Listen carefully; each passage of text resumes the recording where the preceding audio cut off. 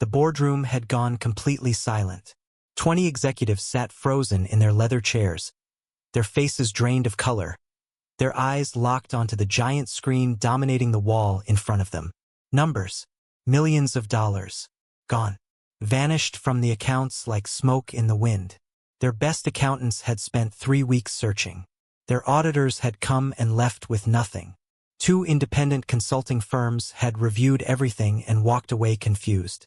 And the only person who had seen the truth, the only person who had pointed to exactly where the bleeding was happening, was a homeless man that security had physically dragged out of their lobby that very same morning and thrown into a rainstorm. But what nobody in that room knew yet was that this was not the first time powerful people had tried to destroy Daniel Brooks. And before the sun set on that day, every single person in that building would discover a secret that had been buried for more than 10 years. A secret that would shake them to their core. A secret worth far more than any amount of money. Before we dive deeper, let us know in the comments where you're watching from. We'd love to hear from you. And if you're new here, click the subscribe button right now so you never miss any of our upcoming videos. Now let's get into the story. Daniel Brooks was not what most people imagined when they thought about a man living on the streets. He did not beg. He did not shout at strangers. He did not make a spectacle of his suffering. He moved quietly through the world with a worn backpack over one shoulder and a stillness in his eyes that confused people, because it was not the stillness of defeat. It was the stillness of a man who had already survived the worst thing that could happen to him and had come out the other side still breathing. To strangers, he looked broken, forgotten, like someone the world had simply discarded. But appearances can carry enormous lies.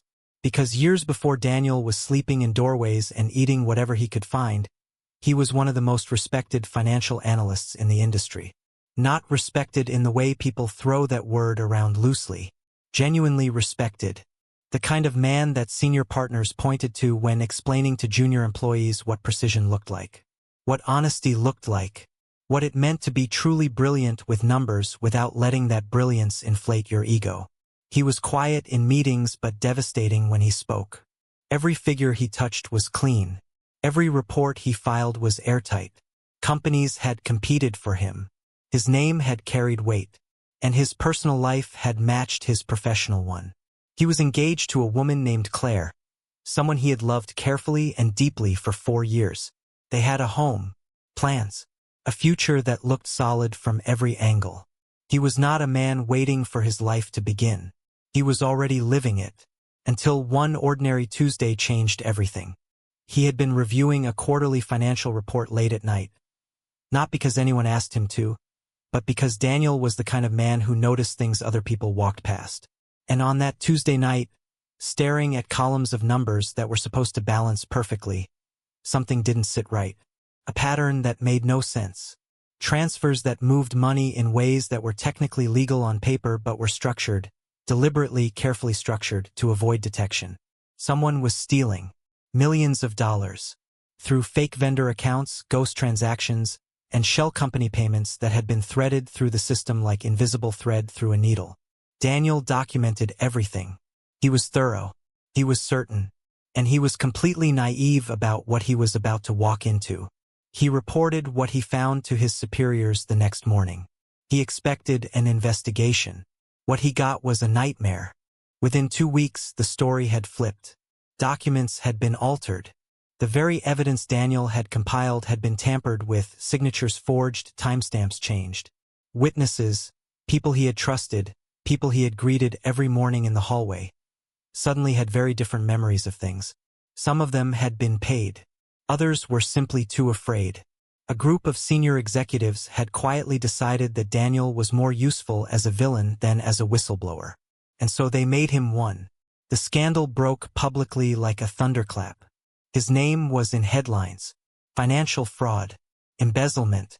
The words sat next to his photograph like they belonged there, and most people who saw it believed them without question because the documents looked real and the people making the accusations wore expensive suits and spoke with confidence. Claire left within the month. She didn't do it with cruelty. She simply said she couldn't stand beside someone the entire world had decided was guilty, and that hurt Daniel more than anger would have. Friends stopped calling. Former colleagues didn't respond to messages. Doors that had swung open for him, his entire career suddenly had locks on them that nobody would explain. He spent his savings on lawyers who eventually ran out of things to fight with. He lost the house, lost the apartment that came after, lost the room in the boarding house that came after that. And somewhere in the slow, grinding descent of losing everything, he stopped trying to explain himself to a world that had already made up its mind. But one thing never left him: the numbers. Even sleeping on benches, even hungry, even invisible, his mind never stopped working. He could look at a financial report someone left on a park bench and see things inside it that trained professionals missed. That gift had survived everything they threw at him. It was the one possession nobody could repossess. He never imagined it would matter again. The afternoon it did was stormy. The kind of rain that comes down sideways and makes streets look like rivers. Daniel had ducked into the lobby of a large corporate building not to cause trouble but simply to get out of the rain for a few minutes. He planned to stand near the entrance, stay quiet, stay invisible, and leave as soon as the worst of it passed. The lobby was enormous and humming with activity. Executives moving between meetings, assistants with tablets.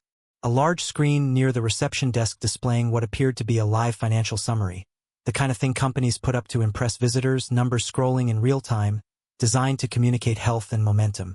Most people walked past it without looking. Daniel glanced at it and stopped walking. He stood there for a moment, absolutely still, his eyes moving across the figures on the screen with the focused quiet of someone reading a language everyone else in the room had forgotten existed. And then he felt it, that sensation he had felt on that Tuesday night years ago. The feeling of something not sitting right. A number that didn't belong.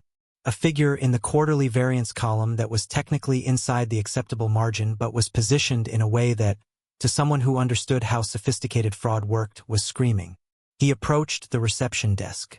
The woman sitting behind it looked up with an expression that communicated exactly what she thought of a man in wet, worn clothes approaching her desk. "Excuse me," Daniel said quietly. "I think there might be an error in that financial display." The receptionist stared at him. "I'm sorry. The variance figure in the third column. It's off. And the way it's off suggests it's not a data entry mistake." She looked at the screen, then back at him. "Sir, that's our internal financial system. I understand. I'm not trying to interfere. I'm just telling you what I see." She called a manager over.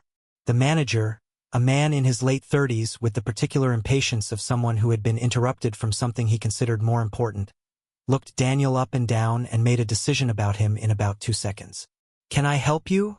he said, in the way people say things when they mean the opposite. "The third column on your financial display," Daniel said. "The variance figure. It's positioned to look like a rounding adjustment, but the decimal placement is wrong in a way that suggests it's masking a larger discrepancy." The manager looked at the screen.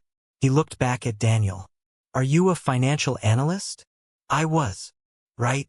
The manager said nothing else and walked away. Word spread through the lobby the way mockery always does. Fast and contagious.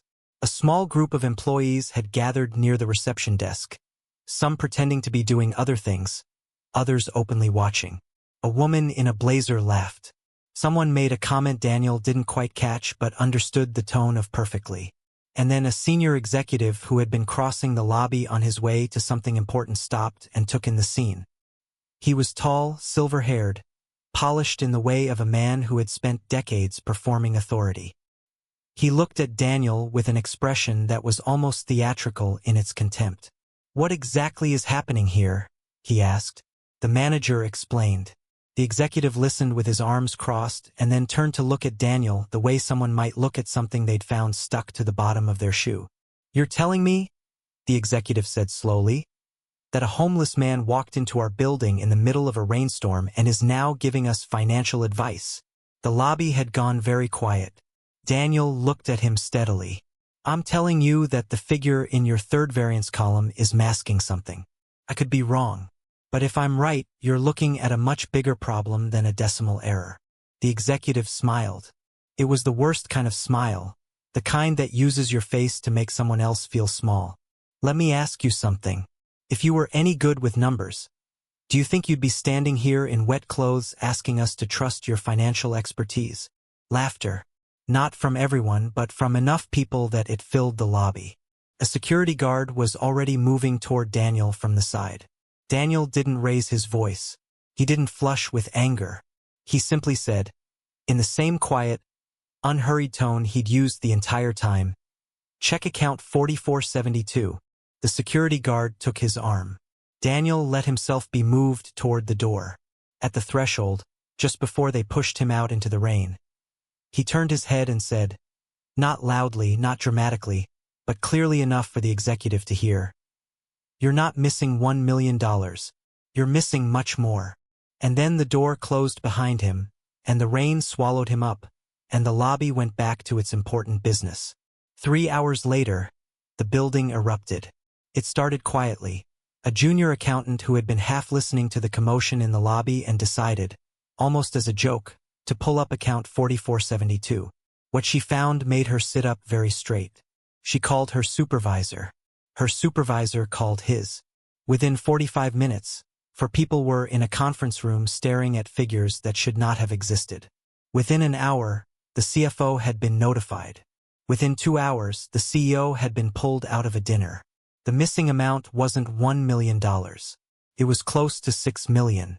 And the investor presentation scheduled for the following week, the one that was supposed to close the most significant deal in the company's recent history, was now sitting on top of a financial disaster that nobody could explain. Victoria Hayes ran the company with the precise, unsentimental focus of someone who had built it from a difficult position and had never once forgotten what it cost to get there. She was not a person who panicked. She was not a person who looked for someone to blame before she had looked for the truth. And when her team finished briefing her in that conference room just after midnight, her first question was not about the money. "The man from the lobby," she said. "The one security removed. Where is he?" Nobody knew. Find him. That was not as simple as it sounded. Daniel had no phone, no fixed address, no social media presence, no credit card trail. He existed in the city the way people who have been erased from their own lives exist, present but invisible, moving through spaces that most people never look at directly. Victoria put 3 people on it, then 5. They checked shelters. They asked around in areas where people who lived without permanent housing tended to gather. They showed a description to social workers, to church volunteers, to people running community kitchens. Took 4 days. They found him sitting on a bench outside a public library, reading a newspaper someone had left behind. He looked up when Victoria approached, and he did not look surprised. Not because he had been expecting her, but because Daniel Brooks had long since reached a place where very little could surprise him. Victoria sat down on the bench beside him. Her driver waited by the car. She had told her assistant she didn't need anyone else with her for this. "You were right," she said. "I know," Daniel said. "We found nearly $6 million missing. Possibly more. We're still auditing." Daniel nodded slowly. "I want to know how you saw it from a lobby screen in 30 seconds when my entire finance department missed it for months." He thought about how to answer that. "When you've spent enough time studying how fraud works from the inside," he said finally, "you stop looking at what the numbers say and start looking at how they're arranged. Legitimate errors are messy. They happen in random places for random reasons. But when someone is hiding something, the arrangement is too careful, too deliberate. Even when it's designed to look like noise, it has a shape to it." Victoria was quiet for a moment. "Who are you?" she asked. Not rudely, with genuine curiosity. "Nobody important anymore," Daniel said. "That's not what I saw in my lobby." He didn't answer that. She offered him a consulting arrangement. Temporary. Paid fairly. The job was simple. Help them find where the money went and how it had been taken. No obligation beyond that. She was direct about it, which Daniel appreciated. She didn't wrap it in charity language. She didn't look at him with the particular kind of pity that people mistake for kindness. He agreed. What followed was one of the more quietly brutal experiences of Daniel's recent life, and Daniel had experienced some genuinely brutal things. The moment he walked into the building with a temporary badge and a desk near the finance department, the atmosphere changed. People who had never met him had already formed opinions. Some were merely cold. They answered his questions in clipped sentences and turned back to their screens quickly. Others were openly hostile. A man in the accounting department refused to shake his hand on the first day, just left Daniel's hand hanging in the air and walked away. A woman loudly complained to her supervisor that she didn't understand why someone like that was being given access to sensitive financial records. 2 employees filed formal objections with HR within the first week. Every morning Daniel arrived. Every morning he sat at his desk, opened the files he had been given access to, and worked. He didn't argue. He didn't complain. He didn't try to make friends or win people over. He just worked. And the numbers began to tell him things. The fraud was sophisticated. That much was immediately clear. It wasn't the work of someone desperate or careless. It was structured, layered, and patient. The kind of theft that happens slowly enough that it looks like normal financial noise until you pull back far enough to see the entire pattern at once. Money moved through subsidiary accounts, disappeared into vendor payments to companies that existed only on paper, surfaced briefly in transit accounts before vanishing again. Daniel worked backward and forward simultaneously, building a map of where every dollar had gone. Took him 11 days. And on the 11th day, sitting alone at his desk after most of the office had gone home, he felt the bottom drop out of his stomach. Because he recognized this. Not in a general sense. Not in the way a doctor recognizes a disease they've read about. He recognized this the way you recognize a specific face in a crowd. The specific sequencing of transfers. The particular way the shell companies were structured. The exact method of using vendor payment systems to move money across entities without triggering internal controls. He had seen this before. In the reports he had reviewed on that Tuesday night more than 10 years ago. The scheme that had destroyed his life, this was its successor. Not an imitation. Not a coincidence.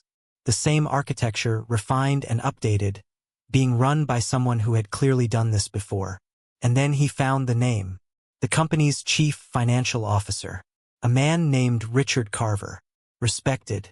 Trusted. The kind of executive that board members mentioned in the same breath as the company's success. A man who had been at the company for 8 years and had cultivated a reputation for financial discipline that made him essentially above suspicion. Daniel sat with that for a long time. Then he dug further, following threads that had nothing to do with the current theft, pulling on records from years earlier, cross-referencing names and entities and account structures. And what he found made the room feel very cold. Richard Carver had not always gone by that name in his professional dealings. In an earlier chapter of his career under a slightly different corporate identity, he had been connected, indirectly but unmistakably, if you knew what to look for, to the group of executives who had framed Daniel 10 years ago. Not at the center of it, but present, aware, possibly instrumental in the parts Daniel had never been able to prove. The man who had destroyed his life had followed him here. Or perhaps Daniel had, unknowingly, followed him. He was still sitting with this, hands flat on the desk, breathing carefully, deciding what to do, when his phone rang. "Victoria, we need to talk," she said. "Come to my office." He went. He found her standing at her window with her arms crossed and an expression on her face that he hadn't seen before. She turned when he entered and looked at him for a moment before speaking. "Richard came to me this evening," she said. "He showed me documents." Daniel felt something settle in him. A cold, familiar weight. "He says the pattern of transfers points to you," Victoria said. "He has reports showing your access credentials were used to authorize several of the key transactions." "That's not possible," Daniel said. "My access was read-only. I flagged that specifically when you brought me in." "I know what your access level was," Victoria said. "But Richard has documentation suggesting otherwise. It's fabricated." "Daniel, it's fabricated," he said again, and his voice was very steady. Because he had learned a long time ago that raising your voice when someone is deciding whether to believe you makes them believe you less. This is what he does.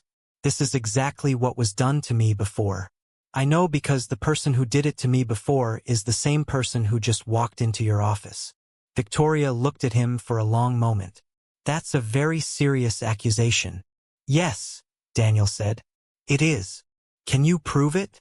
Not yet, he said. Give me time. She was quiet. Then, the board is meeting tomorrow. Richard is presenting his findings to them. There are investors involved now, and lawyers, and they're all telling me to act quickly and decisively. She paused. I can't protect you if I don't have something to show them. I understand, Daniel said. Daniel. Her voice softened just slightly. If you have anything at all, you need to find it tonight. If you're still watching up to now, type, I'm still here in the comment section. This story is just getting to the point where everything either breaks or becomes beautiful, and we don't want you to miss a single moment. He left her office and went back to his desk. The building was mostly empty. Security guards walked their rounds. The cleaning crew moved through the floors. And Daniel sat in the blue light of his screen and started looking for the thing that would either save him or confirm that he was, once again, going to lose everything. He was not looking in the main system. He already knew whatever was there had been compromised. He was looking somewhere else, in the archive backup servers that the company used for regulatory compliance, servers that stored copies of everything that passed through the financial system because the law required it, servers that were maintained by a third-party firm, and that even Richard Carver would have had significant difficulty reaching into and altering without leaving a trace of his own. Took him until 3 in the morning. What he found was extraordinary. Not because it was hidden cleverly, in fact, in retrospect, the evidence had been hiding in plain sight inside systems that nobody had thought to look in because nobody had thought to look at all. Years of transactions. Email threads between accounts that traced back to shell companies connected to Carver. A digital paper trail of the current theft, complete and unambiguous, that clearly showed the authorization pathway and proved Daniel's access had never been involved. And deeper still, buried in archive documents from before Carver had joined this company. Correspondence that linked him to entities involved in the fraud scheme that had destroyed Daniel's life a decade ago. Not proof beyond all doubt. Not the kind of thing you'd convict someone on alone. But enough. More than enough to make people start asking questions that Richard Carver would not be able to answer. Daniel printed what he could. He compiled the rest into a secure file. He sent everything to Victoria's private email with a message that said only, "Before the board meeting, please." Then he sat back in his chair and waited for the morning. The board meeting began at 9. Daniel was not invited. He sat in a small waiting area near the 11th floor and watched people walk past him without making eye contact, and he thought about the last 10 years. All the days that had felt like being slowly erased. All the mornings he had woken up on hard surfaces and thought about the version of his life that had been stolen from him. All the moments when he had almost stopped believing that truth was something that eventually surfaced. Inside the boardroom, Richard Carver arrived with the confidence of a man who had already won. He set his materials on the table. He greeted board members by name. He smiled at the right people and made the right small talk and positioned himself, as he always did, at the center of every room's gravity. Then Victoria walked in. She took her seat at the head of the table. She looked around the room once, unhurriedly. Then she nodded to the person managing the presentation system. "Before we begin," she said, "I'd like to show the board something." Carver frowned slightly. "Victoria, I thought we agreed on the agenda." "This is the agenda," she said. The screen came on. What followed was 19 minutes that nobody in that room ever fully recovered from. 19 minutes of transactions appearing on screen one after another, each one labeled, each one sourced, each one linked to the next in a chain that was impossible to misread. Shell companies, hidden accounts, authorization trails that led directly to Richard Carver's credentials. Not Daniel's, not anyone else's, his. Email correspondence discussing the movement of funds in language that was careful but not careful enough when you had the transaction record sitting beside it. And then a second section of the presentation that made the room go very still. Evidence from a decade ago. A different company. A different fraud. The same architecture. Names that linked to Carver's history. Documents that showed Daniel Brooks had been blamed for a crime that had been orchestrated around him by people who had needed a clean, credible fall guy and had chosen him carefully. One of the board members said, quietly, "Oh my God." Another said nothing, just stared. Carver's face had gone through several stages very quickly, confusion, then calculation, then something that looked almost like he was trying to decide which version of events to commit to. This has been manipulated, he said. You have to see that these are fabricated. By who? Victoria asked. By him. Carver said it with force, pointing toward the door as if Daniel were standing just behind it. He built this whole story. He came in here specifically to... Richard. Victoria's voice was quiet, quieter than anything else in the room. The backup servers are maintained by a third-party firm under regulatory contract. Neither I nor Daniel nor anyone on my team has access to alter what's stored there. Everything you're looking at came from those servers. Unedited. Time-stamped. Verified this morning by our external auditors. The room went silent. Not the silence of people thinking. The silence of people absorbing something too large to absorb quickly. Carver stood up. For a moment it seemed like he might try to leave. His body made that decision before his mind caught up with how that would look. Then he stopped, sat back down, and said nothing else. The investigators had already been contacted. They were waiting in an office on the floor below. Within the hour, the process had begun that would end Richard Carver's career, his freedom, and the story he had told about himself for decades. And in a waiting room on the 11th floor, a man who had been erased from his own life sat quietly and felt something he had almost forgotten how to feel. Not triumph, not vindication exactly, something more complicated and more real than either of those. Something that felt like being handed back a part of yourself you had given up expecting to see again. Victoria came to find him just before noon. She sat down across from him in the waiting area and looked at him for a long moment before saying anything. It's done, she said. Daniel nodded. How are you? She asked. He thought about that. I'm not sure yet, he said honestly. She was quiet for a moment. I want to offer you a position, she said. Not a consulting arrangement. Permanent role. VP of Financial Integrity. You'd build the function from the ground up. Your own team. Your own mandate. She paused. And before you think about saying no, I want to be clear that this is not charity. This is not me feeling sorry for you or trying to make something right. This is me recognizing that what you did in the last 2 weeks, what you saw in 30 seconds from a lobby screen, is something I cannot afford not to have inside this organization. Daniel looked at her. I also want to say something else, Victoria continued.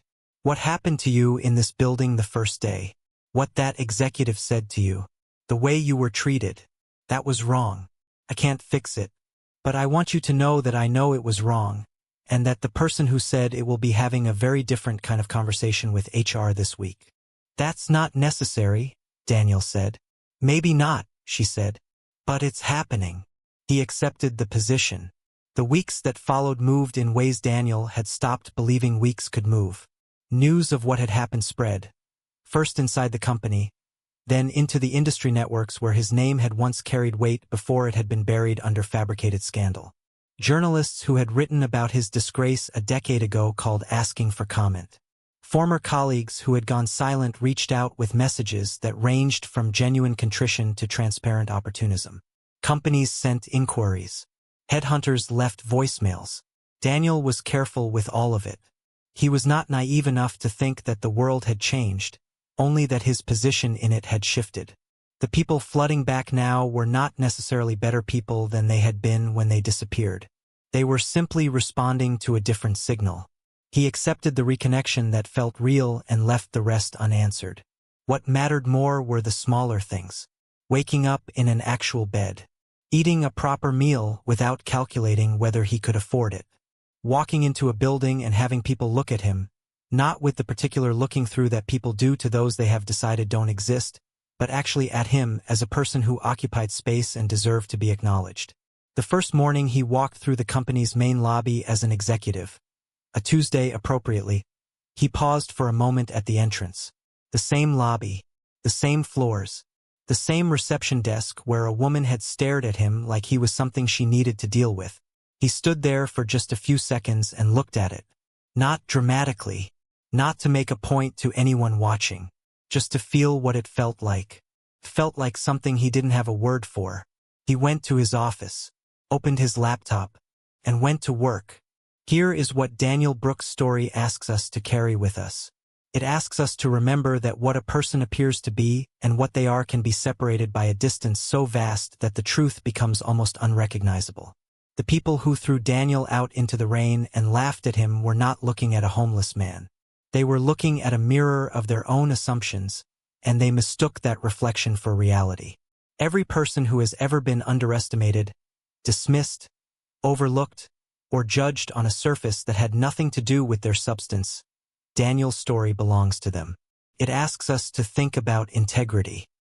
Not integrity as an abstract virtue, but integrity as a practical thing, the quality that survives when everything else is taken. Daniel lost his career, his relationship, his home, his reputation, his savings, and nearly a decade of his life. The people who took those things were powerful and organized and patient, but they couldn't touch the one thing that actually made him dangerous to them. The fact that he knew what was true and had never stopped knowing it, even when every external signal told him that truth had been permanently buried. It asks us, perhaps most importantly, to think about what we do with the power we have over other people, which all of us have in different forms at different moments. The executive who stood in that lobby and said what he said to Daniel was not a villain in a story. He was a person who had been given a choice, to respond with decency or with contempt, and had chosen contempt because it was easier and because he didn't believe it would cost him anything. Those choices compound, they define, and sometimes they come back.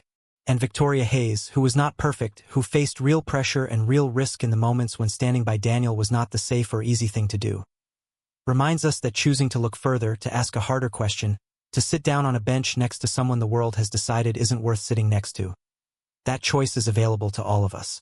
It doesn't require being a CEO. It just requires being willing to see past the surface to the person underneath.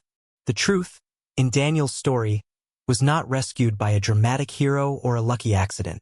It was rescued by a man who had been stripped of everything except his gift and his integrity, who kept working quietly with what he had, and who never, not once, not even at the lowest points, stopped believing that what was real, regardless of what the world had decided to believe instead. Sometimes the world buries good people beneath lies. But truth has a strange habit of surviving everything that tries to eliminate it. And when it finally rises, it doesn't just clear a name. It illuminates every dark corner that tried to hide it. It shows us exactly who people became when they thought nobody of consequence was watching. And it reminds us, firmly, unmistakably, that dignity is not something that can be permanently taken from a person who refuses to surrender it. Daniel Brooks lost 10 years. He lost more than most of us will ever be asked to lose. And he came back not with bitterness, not with the desire to make everyone who wronged him suffer, but with the same quiet precision he had always carried, and this time with a world that had finally caught up to seeing it clearly. But the story did not end there, because life, real life, rarely closes neatly on justice alone.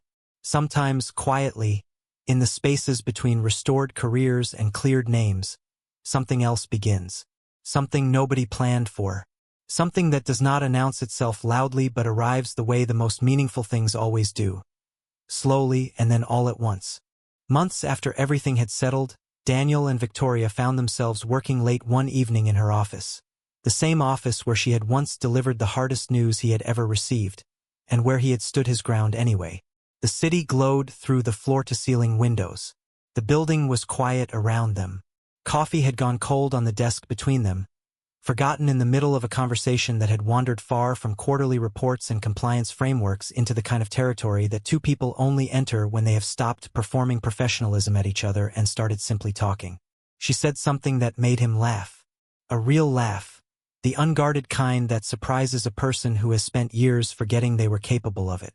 It came from somewhere deep and unhurried, and it changed his entire face, and she saw it happen, and for just a moment she forgot what she had been about to say next.